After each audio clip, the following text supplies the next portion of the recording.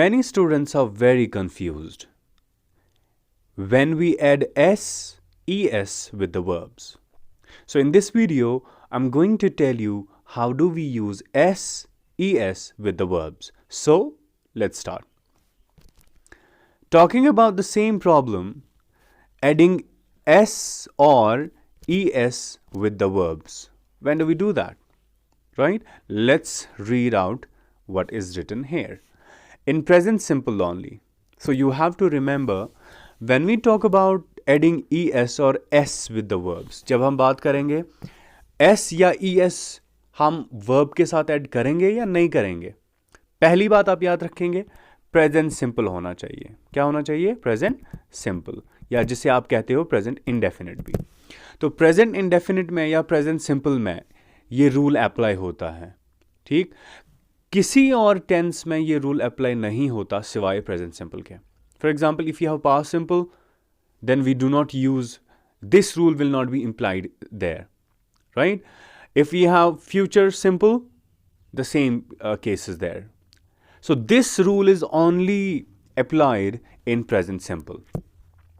तो आपके पास we know कि हम जब सेंटेंस लिखते हैं तो हमारे पास एक सब्जेक्ट होता है जिसको आप कहते हैं डूअर, या जो काम करने वाला होता है, और दूसरा होता है receiver of the action, right? या जिसको आप ऑब्जेक्ट कहते हो, इसे आप सब्जेक्ट कहते हो, राइट? सो जब हम सब्जेक्ट की बात करेंगे तो सब्जेक्ट में क्या क्या आएगा मैं आपको अभी दिखाऊंगा. इधर देखिए, मैं इधर सब्जेक्ट लिखने वाला हूं. आई सब्जेक्ट हो सकता है, we, you, he, she, it, noun, and we have they. ये सारे सब्जेक्ट्स हैं. इनमें आप एक रूल याद रखेंगे यहां से, he, she, it and noun. Noun का आप याद रखेंगे, noun must be singular. If it's plural noun तो फिर ये रूल इस पर अप्लाई नहीं होगा. तो ही, शी, इट और नाउन, सिंगुलर नाउन, जब ये वर्ड पहले आएंगे, ठीक है, मान लीजिए ही आया और इसके बाद कोई वर्ब आता है, या शी पहले हमने लिखा, इसके बाद कोई वर्ब आया, इट हमने लिखा, इसके बाद कोई वर्ब आया, सिंगुलर नाउन हमने कभी लिखा और उसके बाद ही वर्ब आया. तो रूल ये है कि अगर ये चारों के बाद वर्ब आता है प्रेजेंट सिंपल में, तो उस वर्ब के साथ आप या तो एस ऐड करेंगे या ई एस ऐड करेंगे. मैं फिर से रिपीट करूंगा. ये चार वर्ड्स के साथ ही, शी, इट, नाउन, अगर ये वर्ड्स आए और उनके बाद वर्ब आया वो भी प्रेजेंट सिंपल में, तो हम वर्ब के साथ या ई एस ऐड करें, या तो एस ऐड करेंगे या ई एस ऐड करेंगे, right? Let's see. I right a book, I right a book, you write a book. अब ही जब सब्जेक्ट हमारा बना और ये हमारा प्रेजेंट सिंपल है, right is V1, it's present simple, तो राइट के साथ हमने यहां पे एस लगा दिया, शी के साथ भी एस ऐड हुआ, इट के साथ भी एस लगाया हमने, नाउन के साथ जबकि ये सिंगुलर है हमने एस लगाया वर्ब के साथ. ठीक है, ये है ही, शी, इट एंड नाउन. इनके साथ हमने वर्ब में एस ऐड किया. ठीक है.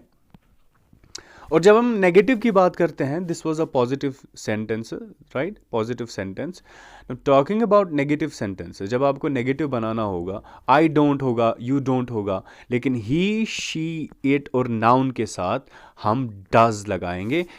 ये असल में वर्ड ऐसा था, ही, डू, क्योंकि अभी आपने रूल पढ़ा, अगर ही के बाद वर्ब आएगा तो कभी हम इसके साथ एस लगाते हैं, कभी ई एस लगाते हैं. तो यहां पे हम ई एस लगाएंगे डू के साथ. ठीक है, इसीलिए यहां पे हुआ does, she does, it doesn't, Rameez doesn't, right?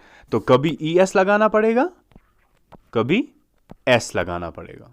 ठीक है, this is the rule with present simple only. अगर पास्ट सिंपल है तो फिर ऐसा नहीं होगा. अगर आपको इनका इंट्रोगेटिव बनाना होगा, सवाल बनाना होगा, तो कैसे बनाएंगे? डज को सामने लाएंगे, राइट? अभी ये इसको मैं इंट्रोगेटिव नेगेटिव नहीं बनाऊंगा, मैं इसको बनाऊंगा सीधे एक question.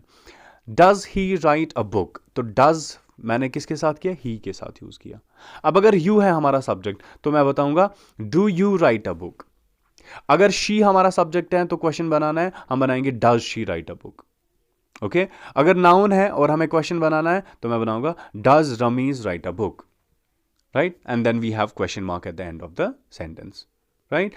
So this was all about adding s or es with the verbs. तो आपने याद रखा जब भी आपके सामने कोई सब्जेक्ट आएगा, अगर वो सब्जेक्ट ही शी इट और सिंगुलर नाउन होगा तो इन चारों के बाद जो वर्ब होगा या तो आप उसके साथ एस ऐड करेंगे या ई एस ऐड करेंगे.